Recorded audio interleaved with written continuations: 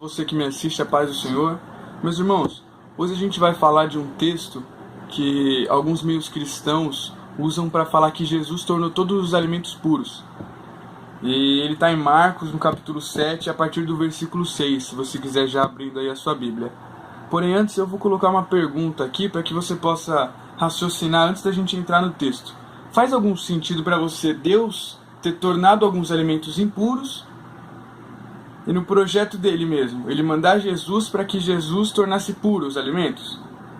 É importante a gente pensar dessa forma porque Jesus em momento algum ele veio abolir o projeto do Pai dele. E ele mesmo cita isso em Mateus 5. Ele fala que não veio abolir a lei, mas veio cumprir, né? E no verbo cumprir do grego está plerosai, que seria tornar plena. Então ele veio tornar a lei plena para o nosso entendimento, certo? Não faria sentido Jesus excluir ou mudar o que o pai dele deixou. Porque Paulo em Atos, Pedro, todas as vezes que eles vão pregar lá perante Éfeso, perante a multidão, perante os judeus, perante os gentios, eles sempre citam toda a história do povo de Israel. Então eles apresentam Deus para as pessoas. Olha, meu Deus é o Deus de Abraão, Isaac e Jacó. É o Deus que tirou meu povo de uma servidão no Egito, né? Meu povo era escravo, fez o meu povo ser um povo com leis que ele mesmo deu para Moisés. Então faria algum sentido quando Paulo cita isso. Por que Paulo citaria se Jesus já anulou tudo? Se Jesus anulou todos os alimentos, a guarda do sábado? É importante a gente ter isso na nossa mente. Jesus não veio anular nada que o pai dele deu. Isso é um problema muito frequente nas igrejas hoje, porque a gente herdou esse pensamento da igreja romana. A partir do século III, a partir do século IV, quando a igreja romana tomou posse do cristianismo, começou a ser pregado, e é pregado até os dias de hoje, um Jesus que não tem nada a ver com o judaísmo, um Jesus cristão que veio pregar aqui uma nova religião. E isso não é verdade, ele veio dar continuidade no trabalho que o pai dele já tinha feito. Então, o Jesus que a gente tem hoje na Bíblia, o Jesus que eu acredito, que você acredita que salvou as nossas vidas, ele é judeu. Ele fez tudo conforme o judaísmo. Ele foi circuncidado no 8º dia, a mãe dele fez o ritual de purificação depois que ele nasceu, ele foi apresentado no Sinédrio, foi ungido para ser Messias. Todas as profecias que estavam sobre ele cumpriram-se nele, né? Jesus, ele teve o bar mitzvah dele também. Então assim, é importante a gente entender que Jesus era judeu, ele cumpriu com todas as leis do judaísmo. Agora, uma coisa importante a gente entender o seguinte: quando Jesus veio, uma das funções dele com a morte dele na cruz era que aproximar os gentios. E como é que ele ia aproximar os gentios? Como é que a gente prega a palavra hoje? Já chega para a pessoa já falando, olha, agora você aceitou Jesus, você não pode fazer isso, não pode fazer aquilo. Esse não é o evangelho para ser pregado. A pessoa aceita Jesus, a gente fala, a gente apresenta a verdade, a partir daí o Espírito Santo encaminha ela, né, no caminho certo. Então Jesus não podia chegar para todas as nações, para os gregos que adoravam vários deuses, e chegar e falar assim, olha, vocês já não podem comer aquele alimento, senão vocês não vão entrar no reino do céu. De fato que muitas leis, na verdade todas, a questão da lei não é para você ser salvo ou para você não ser salvo. Na verdade, esse é um evangelho muito egoísta nosso, de que a gente faz alguma coisa para ser salvo. Na verdade, a gente faz porque a gente é salvo. Então, quando Jesus explica a lei, torna a lei plena para o nosso entendimento, ele quer fazer o seguinte: explicar a lei para que os judeus pudessem passar ela da forma correta para os gentios. Eles não podiam passar como uma obrigação de não fazer. O objetivo principal da lei, meus irmãos, não é para você seguir a lei como uma religiosidade, né? Foi o que o povo fez por muitos anos. Seguiu a lei achando que estava fazendo certo, porém eles não tinham entendido o propósito, eles não estavam vendo Jesus, o Messias, na lei. E hoje a gente consegue enxergar. Então é de muita valia que a gente cumpra todos esses mandamentos que Deus passou. Tá? Mas não vou me delongar nesse assunto não. Em Marcos 7, a partir do versículo 6, fala assim: ele respondeu, bem, profetizou Isaías acerca de vocês, hipócritas, como está escrito, este povo me honra com lábios, mas o seu coração está longe de mim. Em vão me adoram. Seus ensinamentos não passam de regras ensinadas por homens. Então vamos entender por que Jesus falou isso dos fariseus, dos escribas, né? A função deles com o povo era uma função muito boa. Era explicar a lei e eles faziam isso de forma correta. né? Lá em Mateus 23, no verso 3, Jesus fala assim: os escribas e os fariseus se assentam na cadeira de Moisés. Então, ouçam e façam tudo o que eles têm a dizer. Porém, não façam igual eles fazem. Porque eles falavam as coisas certas, eles entendiam muito da lei de Deus, porém eles não faziam igual. E a gente vai ver isso aqui no decorrer do texto. Continua assim: vocês negligenciam os mandamentos de Deus e se apegam às tradições dos homens. Então, em momento nenhum aqui Deus está falando mal dos mandamentos de Deus. Muito pelo contrário, Jesus está falando que eles negligenciam os mandamentos do Pai para fazer as tradições humanas.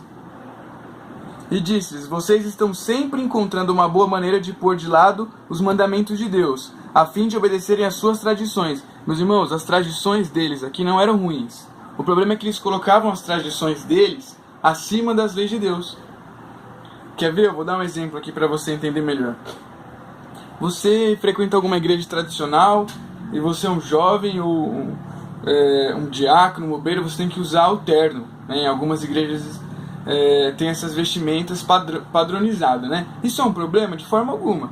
Isso é uma coisa muito boa, aliás. Você colocar um terno para você servir ao Senhor, você está se arrumando. O problema, meu irmão, é quando você colocar o terno, você achar que porque você está obedecendo esse ensinamento da igreja, você é um servo do Senhor. Então você está de terno, eu sou um servo de Deus. Isso não é verdade. A verdade é que você põe para você cumprir as obrigações da igreja e lá você dá o seu testemunho. Dá o seu testemunho no mundo também. Mas não é porque você está obedecendo essas regras, essas doutrinas da sua igreja, que você é de fato um servo do Senhor. O que vai mostrar se você é de fato um servo do Senhor não é obedecer às leis. Então, os fariseus estavam fazendo exatamente isso. Vamos entender aqui. Pois Moisés disse: honra teu pai e tua mãe, e quem amaldiçoar seu pai ou sua mãe terá que ser executado. Mas vocês afirmam que, se alguém disser a seu pai ou sua mãe: qualquer ajuda que vocês poderiam receber de mim é corbã, isto é uma oferta dedicada a Deus, vocês o desobrigam de qualquer dever para com seu pai ou com sua mãe. Então, o que os fariseus faziam naquela época? Eles deixavam o dinheiro deles no templo e viviam só dos juros. Isso era uma tradição já de muitos anos deles. Isso é uma coisa ruim? Não era, né? É uma coisa boa você está ofertando o seu dinheiro para Deus, você está deixando para fazer as necessidades, para atender as necessidades do templo. Porém, eles estavam usando esse argumento, essa tradição humana, para não cumprir um dos principais mandamentos: honra teu pai e tua mãe. O que é honrar o pai e a mãe para eles? É sustentar, né? Na verdade, no judaísmo, honrar o pai e a mãe é sustentar na velhice. Então, se você sustenta o seu pai e a sua mãe na velhice, quando você dá de comer para eles, cuida deles na velhice, você está honrando esse mandamento, você está cumprindo esse mandamento. Só que eles deixavam de cumprir para falar que estavam cumprindo o outro, para falar assim: olha, meu dinheiro está no templo, então não tem como eu honrar meu pai e minha mãe, infelizmente, mas eu estou cumprindo o outro. Mas é mentira, é hipócritas, Deus fala. Então, meus irmãos, a partir daí a gente já consegue entender o seguinte: Jesus, ele não poderia anular alguma coisa que o pai dele falou, mas ele estava querendo dizer que o propósito da lei eles não estavam alcançando. Eles estavam seguindo a lei com uma religiosidade. Os propósitos de Jesus aqui é explicar a forma da gente seguir a lei sem a religiosidade, ou seja, explicar pra gente o que está por trás da lei, o que significa fazer aquilo, né? Então, aqui em Mateus 15:10, Jesus chama a multidão para contar uma parábola e fala: ouçam e entendam, o que entra pela boca não torna o homem impuro, mas o que sai de sua boca, isto o torna impuro. Meus irmãos, se você abrir lá em Levítico 11, quando o Senhor vai dar as regras alimentares para o povo judeu, Deus ele fala assim: de todos os animais que tem na terra, estes são os que vocês devem comer. Jesus fala para o povo quais são os animais que são alimento para o homem. Então os outros não eram. É por isso que o judeu não come hoje. Agora, se tem alguma coisa por trás disso, muitas vezes a gente não entende. Mas uma coisa que o Senhor pede e exige de nós é a obediência. Então, muitas vezes a gente não vai entender o projeto de Deus para nós em determinado assunto, mas o Senhor requer obediência. Agora, Ele não tirou do povo alguns alimentos porque tornava o homem impuro espiritualmente, mas sim porque a obediência em você não comer aquilo te santificava, porque você estava obedecendo a Deus. Mais pra frente, Pedro pede para Jesus: explique-nos a parábola. Então, tá claro aqui que o que o Senhor contou foi uma parábola. Ele não estava falando literalmente, que a parábola não tem um sentido literal, ela tem uma moral para nós. Mas Jesus explica: será que vocês ainda não conseguem entender? Perguntou Jesus. Não percebem que o que entra pela boca vai pelo estômago e mais tarde é expelido? Espiritualmente, não muda. Mas as coisas que saem da boca vêm do coração, e são essas que tornam o homem impuro. Então, meu irmão, o que vai tornar você impuro é o testemunho que você vai dar para as pessoas. O que você vai comer ou deixar de comer vai ser pela fé e vai ser com o intuito de agradar a Deus. Paulo fala isso. Os que comem, comem por fé, os que não comem, não comem por fé. Então, tem regras básicas, né? Você pode ir lá, você pode abrir sua Bíblia em Atos 15, 21, que Tiago, no primeiro concílio de Jerusalém, dá quatro regras básicas para o judeu, para o gentil, discípulo de Jesus, seguir.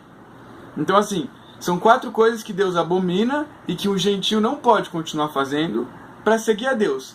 As demais coisas, Tiago é bem claro, ele fala assim: olha, e deixe que o resto eles descubram, porque Moisés, ou seja, a lei é pregada todos os sábados nas sinagogas. Então, meus irmãos, tem algumas coisas que a gente tem que abandonar da nossa vida para poder seguir Jesus. Agora, tem coisas que a gente pode fazer a mais para agradar Jesus. De fato que a nossa caminhada, a noiva que Jesus vai vir buscar é uma noiva parecida com Jesus, é uma noiva que busca agradar Ele, não é uma noiva que simplesmente deixa de fazer alguma coisa para não ir para o inferno, ou faz alguma coisa só para ser salvo. Quanto a essa questão da alimentação aqui, Pedro tem uma experiência muito interessante em Atos, né? O Senhor dá a visão para ele com o lençol, e quando o lençol abaixa, aparece lá um monte de alimento que os judeus não comiam naquela época, né? Pedro fala 3 vezes que não ia se alimentar daquilo porque eram alimentos impuros para eles. Agora, veja bem, se Jesus comesse essas coisas, se ele tivesse abolido essa lei do pai dele e tornado tudo puro, Jesus devia dar o exemplo, né? Jesus devia comer o porco, comer as aves de rapina. Porém, se Jesus comesse, Pedro não ia falar aqui que era impuro, porque ele ia falar: bom, o mestre comia, eu vou comer também. Mas é claro aqui que Jesus fala, né, em João 10, que ele seguia todos os mandamentos do Pai, e assim ele permanecia em amor com o Pai. Então, Pedro estava seguindo simplesmente os rituais judaicos. Só que mais pra frente, Pedro explica o que ele entendeu daquela visão. Ele fala: vocês sabem muito bem que é contra a nossa lei um judeu associar-se a um gentil ou mesmo visitá-lo. Mas Deus me mostrou que não deveria chamar impuro ou imundo homem nenhum. Então, quando o Senhor torna puros os alimentos, ou dá essa visão para Pedro, ele está aproximando os gentios da comunidade dele. O Senhor está chamando os gentios, porque isso é um dos principais motivos de Jesus ter vindo para cá, né? De aproximar os gentios. Então, meus irmãos, o evangelho que Jesus podia pregar não era o evangelho de não faça isso, não coma aquilo, ou guarde esse dia. Ele tinha que pregar a salvação, o reino de Deus que ele veio estabelecer na terra. Agora, as coisas, além disso, os servos dele iam buscando automaticamente, depende da sua vontade de agradar a Deus. Em momento nenhum do Novo Testamento, entenda algum texto que Jesus tenha anulado ou mudado a lei do Pai. Na verdade, ele veio explicar para aproximar os gentios, para ser judeus e gentios um só povo, uma só igreja, um só corpo de Cristo. Espero ter te ajudado, esclarecido algumas questões. Se você tem alguma dúvida, pode deixar aí nos comentários, que eu vou fazer o possível para te ajudar. Paz do Senhor.